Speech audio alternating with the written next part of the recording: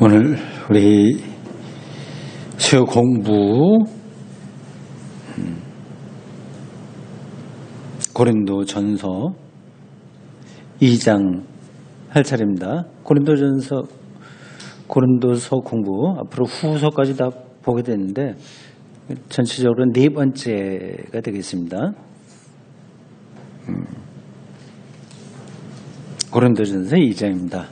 지난주에도 아마 제가 말씀드렸던 것 같은데 이게 성경 말씀으로서만 아니라 하나의 문학으로서도 텍스트로 돼 있잖아요. 문자로 된 어떤 작품들을 우리는 다 문학이라고 할 수 있습니다. 역사도 있고 여러 가지 시도 있고 뭐 두루두루 여러 가지가 있는데 그런 점에서 본다고 하더라도 우리는 대단히 특별한 책을 읽고 있는 겁니다. 그 2000년 전에 그들이 어떤 걸 경험했고 그 고린도라고 하는 교회에 어떤 일들이 있었는지 그리고 이게 하나의 편지지만 일반적인 편지가 아니라 신학적인 내용을 담고 있어서 초기독교의 신앙을 우리가 이해하는데 아주 중요한 문서입니다. 그러니까 그 2000년이라고 하는 시간을 여러분들이 아주 잘 느껴보세요. 절묘한 거예요. 이게 2000년, 참 말이 2000년이지 어마어마한 시간 아니겠습니까? 우주 전체 역사에 비해서는 아주 순간이지만 2000년도 우주가 뭐 138억 년 됐잖아요. 태양이 한 45억 년 됐고 지구도 그 정도가 됐는데 그런 것에 비해서 짧지만 그러나 우리 인류 역사에서 보면 그리고 한 사람의 그 운명 그 짧은 시간에 비하면 2000년이라고 하는 것은 어마어마한 시간입니다. 그 2000년 전으로 우리가 돌아가서 그때 우리와 똑같이 예수를 믿었던 사람들이 어떤 문제로 고민했나 어떤 문제가 있었나 하는 것을 우리가 공부한다는 거 얼마나 소중한 겁니까? 흔히 얘기하듯이 두렵고 떨리는 거죠. 이 말씀만으로 들어가는 게 특별한 경험들입니다. 2장이 1절부터 16절까지 있는데 여기 두 파트로 나눠서 보시죠. 1절부터 5절까지 먼저 읽겠습니다. 통독으로 같이 읽겠습니다.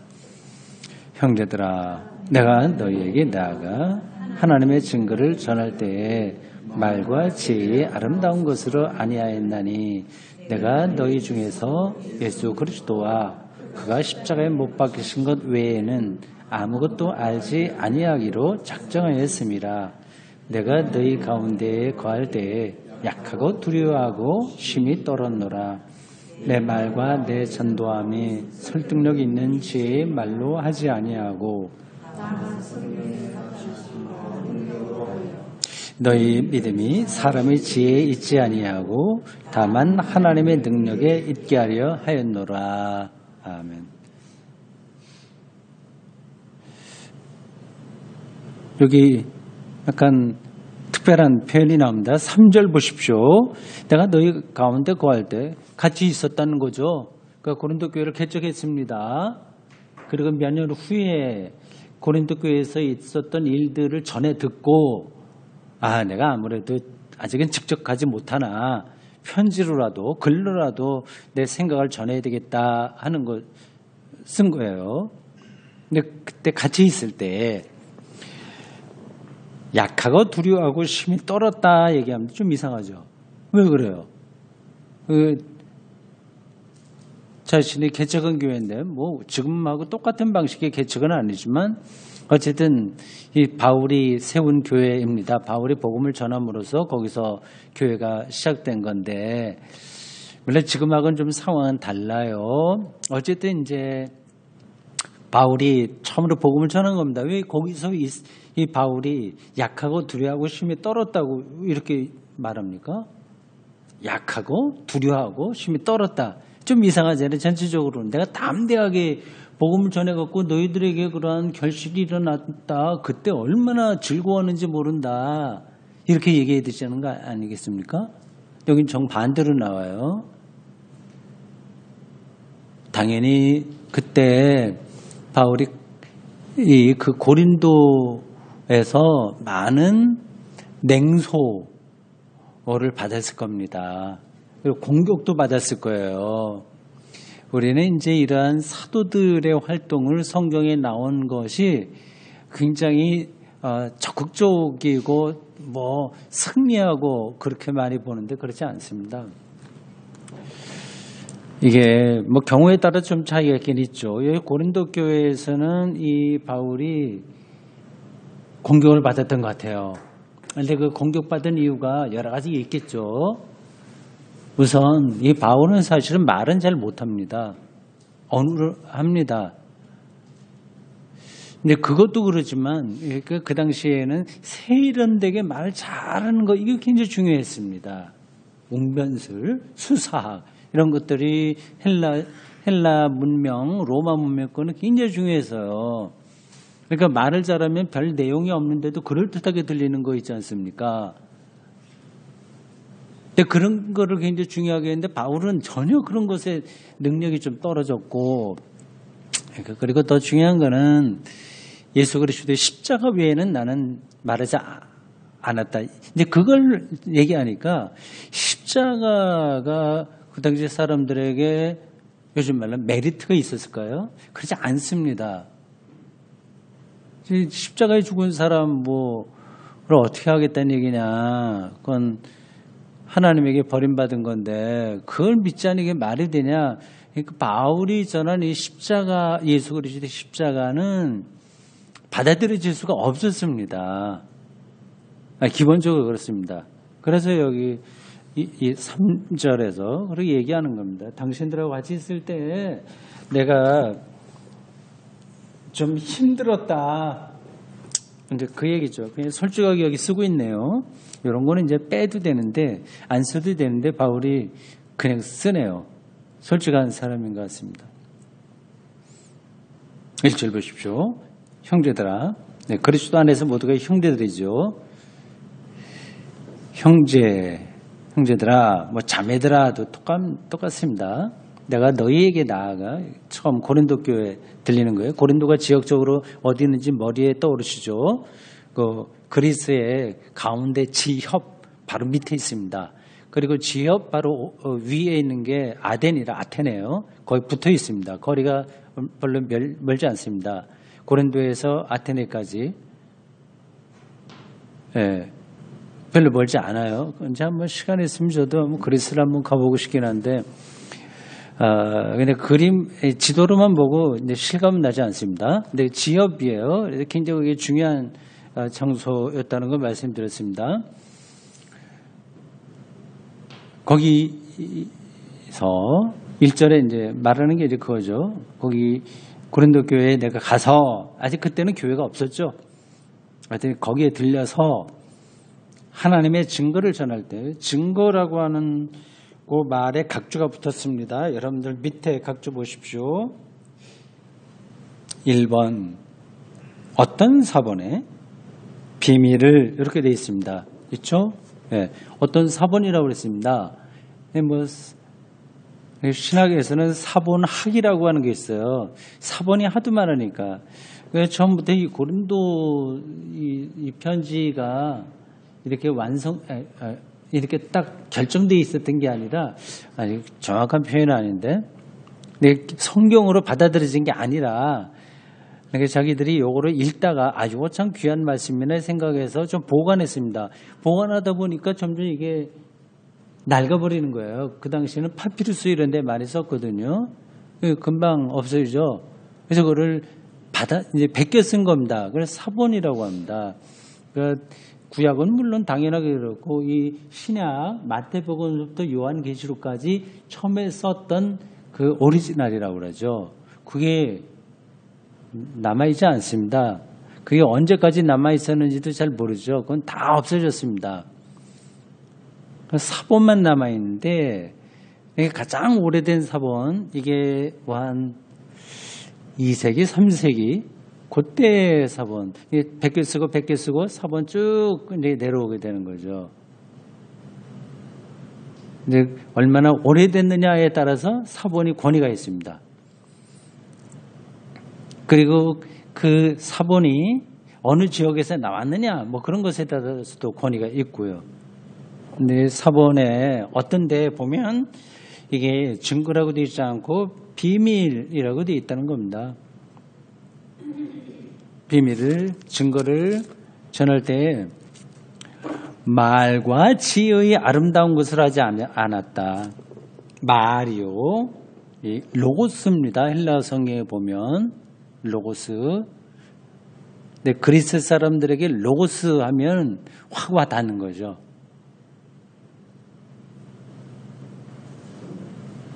로고스를 아주 중요한 어떤 삶의 근원으로 생각했습니다. 우리 식으로 얘기하면 이 뒤에 이제 나오게 되겠는데 성령, 우리 기독교적인 용어 성령하고 이 그리스 사람들에게 로고스는 비슷한 뜻이에요. 비슷하게 받아들여졌습니다. 그러니까 삶을 다 주관하는 가장 근원적인 힘을 가리켜서 그들은 로고스라고 불렀습니다. 그걸 이제 번역할 때 언어, 이성, 뭐 그렇게 두루두루 번역을 하는데 정확한 우리말 번역으로는 불가능합니다. 말과 지혜, 지혜는 반복해서 나온 것으로는 소피아를 가리킵니다. 소피아. 지혜죠. 그리스 사람들이 가장 좋아하는 것, 지혜로운 것. 요즘도 마찬가지죠. 뭐 지식이 많다. 그리고 배운 게 많다. 이런 건 다 이제 지혜, 소피아에 관한 겁니다. 그 로고스 언어하고 소피아, 이 지혜가 그리스 사람들에게는 자기들의 삶과 모든 것을 이해하는 데 가장 중요한 거였습니다. 그래서 그렇게 이제 쭉 얘기를 사람들을 하면서 살았죠. 근데 바울은 그걸로 하지 않았다고 합니다. 이게 무슨 말씀이 전달이 되죠? 그러니까 뭐 소크라테스, 아리스토텔레스, 뭐 제논, 뭐 등등등등 철학자들의 온갖 사변들 이런 걸 통해서 말을 해야 사람들은 아주 유식하다, 아주 괜찮다 이렇게 전해 들었습니다. 고린도 교회에 있는 사람들은요. 근데 바울은 그걸 몰라서가 아니라 이 사람은 대단한 학문 높이 있었던 사람인데 석학인데 그거 하지 않았다. 뭐 헬라 철학이 어떻고 저쩌고 뭐 그런 거 하지 않고 2절 보십시오. 예수 그리스도와 십자가에 못 박히신 것 외에는 아무것도 알지 아니하기로 작정했다.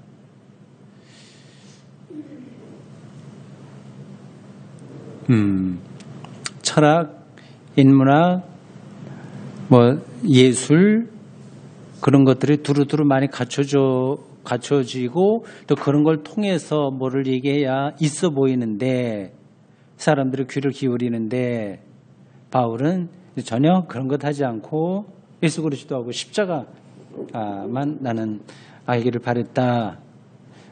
그렇게 얘기합니다. 근데 이거는 오해하지 마셔야 돼요. 예수는 십자가 우리를 위해서 십자가에 달려 돌아가셨습니다. 믿습니까? 그런 걸 반복한다든가 뭐 그런 얘기가 아니에요. 이 예수 그리스도의 십자가와 예수 그리스도를 전하는데도 지혜가 필요한 거죠. 근데 이게 이제 성경이 이렇게 문자로 표현되어 있기 때문에 이게 지혜가 완전히 나쁘다는 거야, 좋다는 거야. 그게 혼란스러울 때가 있습니다. 어떤 때는 나쁘다기보다도 그건 제한적이다 얘기하고 어떤 때는 지혜가 필요하다 그렇게 이야기합니다. 그러니까 그 문맥에 따라서 그걸 잘 파악을 해야 돼요.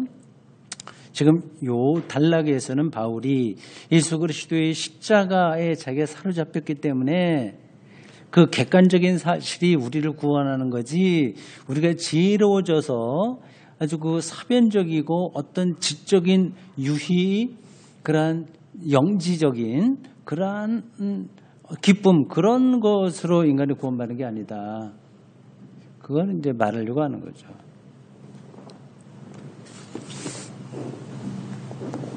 (4절) 보세요.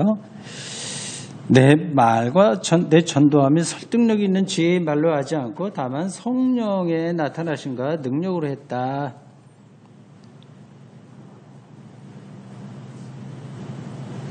그러니까 언어 유희, 뭐 그런 거. 말을 그럴듯하게 해서 전도한 게 아니라 성령이 나타나신가 능력으로 했다. 이게 뭘까요? 성령의 나타나심과 능력, 여러 가지 은사일 수도 있고요. 그리고 자기가 고난을 받으나 그 고난에 굴하지 않는 것일 수도 있고요. 자기가 공부를 많이 한 사람이나 그 공부에 의지하지 않고 예수 그리스도의 십자가에 절대적으로 의존한 것일 수도 있고요. 그런 게 능력입니다. 실제로 보면.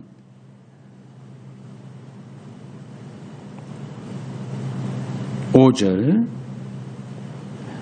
너희 믿음이 사람의 지혜에 있지 않고 다만 하나님의 능력에 있게 하려 하였노라. 1절에서 5절까지 바울이 뭘 얘기하려고 하는지 우리가 대충 이제 알 수 있습니다. 고린도 지역 사람들이 추구하고 있는 방식이 아니라 성령의 방식, 하나님의 방식으로 복음을 전했다는 겁니다. 이걸 조금 더 설명을 해야 되는데 와닿게요.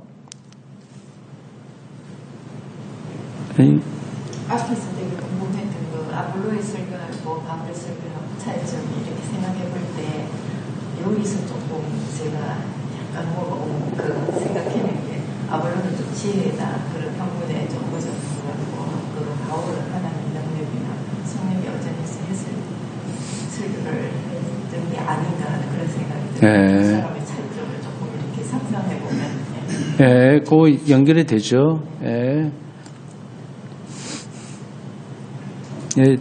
그런 그 차이점들이 절대적인 것은 아닙니다. 관점의 차이들이에요. 그래서 아볼로도 큰 역할을 했습니다. 근데 그 사람은 전형적인 그 헬라 철학적인 방식으로 알렉산드리아 출신으로서 지식인으로서 그렇게 전했습니다. 성령의 세례를 받지 못했다 뭐 그런 것들도 많이 나오고 있습니다. 하여튼 그 용어들이 종교적인 거라서 확 와닿지 않을 수 있습니다. 근데 그 하여튼 요 맥락에서 이렇게 좀 거칠지만 이렇게 말할 수 있습니다.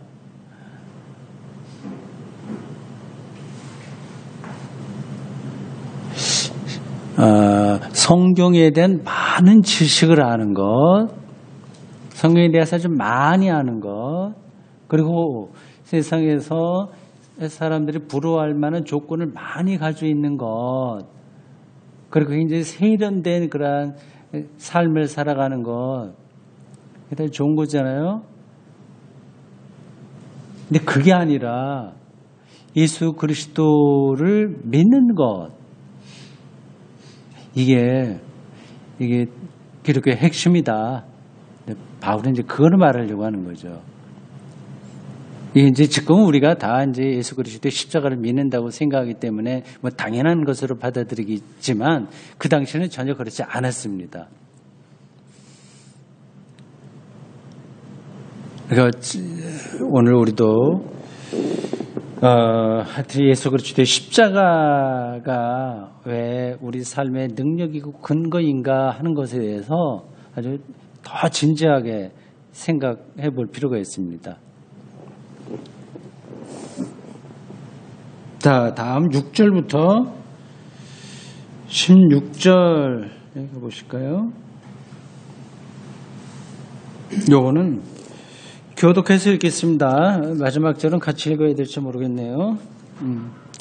그러나 우리가 온전한 자들 중에서는 지혜를 말하노니 이는 이 세상의 지혜가 아니요 또 이 세상에서 없어질 통치자들의 지혜도 아니요.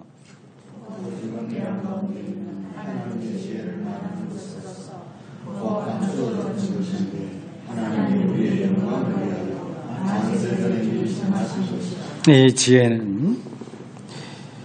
지혜가 나오죠. 그러니까 지혜가 무조건 나쁜 건 아니에요. 이 지혜는 이 세대의 통치자들이 한 사람도 알지 못하였나니 만일 알았더라면 영광의 주를 십자가에 못 박지 아니하였으리라.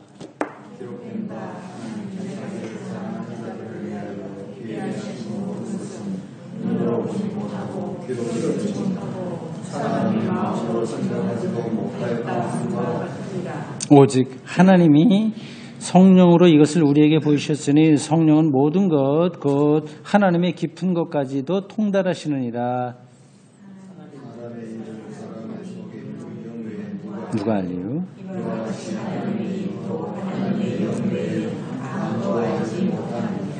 우리가 세상의 영을 받지 아니하고 오직 하나님으로부터 온 영을 받았으니 이는 우리로 하여금 하나님께서 우리에게 은혜로 주신 것들을 알게 하려 하심이라. 우리가 이것을 말하노라 사람의 지혜를 잠시는 마음하고 오직 성령께서 가르치신 것으로 하니 영적인 일은 영적인 것으로 분별합니다. 육에 속한 사람은 하나님의 성령의 일들을 받지 아니하나니 이는 그것들이 그에게는 어리석게 보이며 또 그는 그것들을 알 수도 없나니 그러한 일은 영적으로 분별되기 때문이라.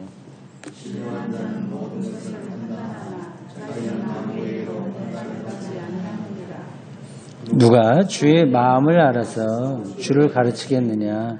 그러나 우리가 그리스도의 마음을 가졌느니라. 아멘. 앞에서 말씀드렸듯이 이게 간단한 편지는 아닙니다. 편지에 이렇게 신학적인 이야기를 쓸 수 있겠습니까? 편지 형식을 빌린 바울의 신학 저서 그런 정도로 생각하시면 되겠습니다. 6절 우리가 온전한 자들 중에서는 지혜를 말하노니 되어 있는데 그 온전한 자가 각주 2번으로 나왔습니다. 성숙한 장성한 사람, 성숙한 사람, 그 신앙적으로 좀 어른이 된 사람, 그런 사람들 중에는 지혜를 말하노니 그렇죠. 앞에서 저희가 말과 지혜를 하지 않겠다고 하다가 어떤 아리스토텔레스, 플라톤, 이데아, 그러한 에이도스, 등등 그리스 사람들이 쓰는 용어들, 개념들이 있습니다. 근데 그런 것들을 나는 하지 않겠다고 얘기해요. 그런 게 지혜였거든요. 지혜라고 하는 거는 간단히 말하면 뭡니까? 세상의 원래 뚫어보는 겁니다. 통찰하는 겁니다. 그게 지혜죠. 그건 공부가 좀 필요하기도 하고 공부하지 않아도 지혜 있는 사람들이 있습니다. 평생 동안 농부로 살아도 업으로 살아도 인간에게 영적인 어떤 감수성이 있기 때문에 뭘 뚫어봐요. 봄에 뭐가 싹이 나고 가을에 어떻게 되고 그러한 자연의 이치만 보면서도 어떤 걸 깨닫는 사람들이 있습니다. 근데 그런 게 다 지혜라고 할 수 있습니다.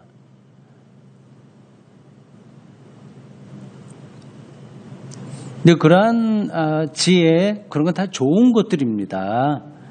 앞에서 말씀드렸듯이 그거를 부정하는 게 아니라 예수 그리스도의 십자가는 그러한 지혜로서 이해를 할 수 있다 없다.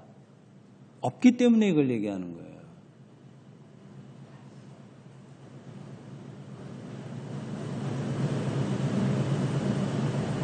세상의 지혜로는 예수의 십자가는 반대입니다.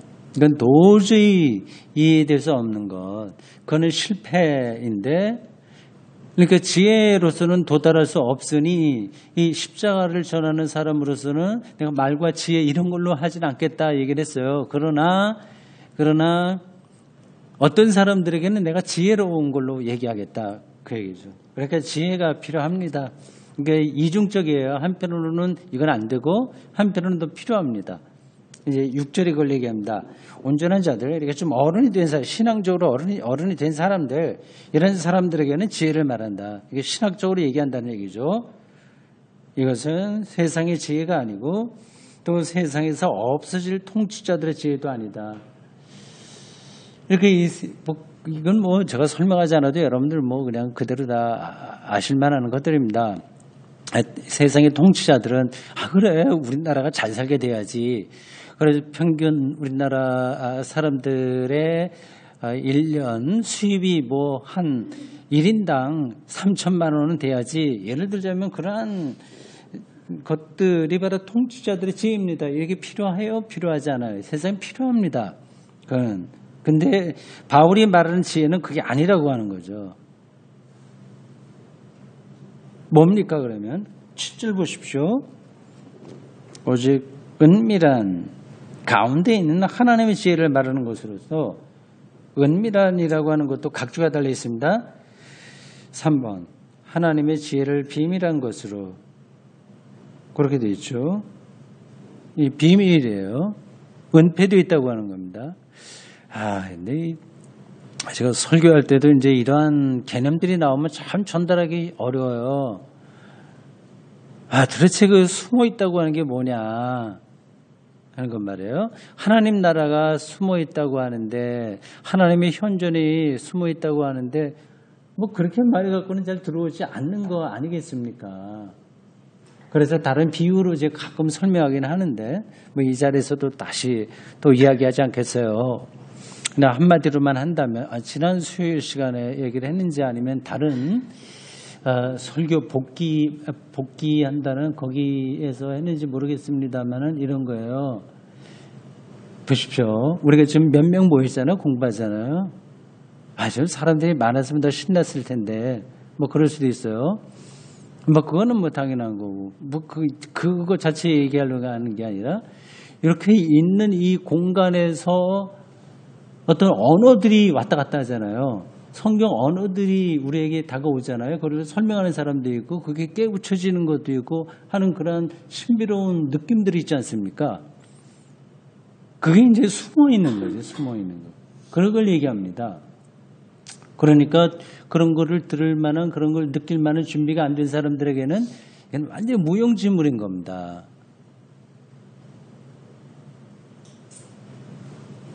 통치자들이 국가의 경제 수준을 높이고 다른 나라와 전쟁을 해서라도 우리가 뭐를 어떻게 해야 된다는 그 사고방식이 있는데 그리고 뭐 기업가들도 하고 우리가 세상에서 배우는 온갖 것들이 다 통치자들의 지혜입니다. 근데 바울이 말하는 십자가의 그 길은 그 지혜가 아니다. 하나님의 비밀이란 지혜다.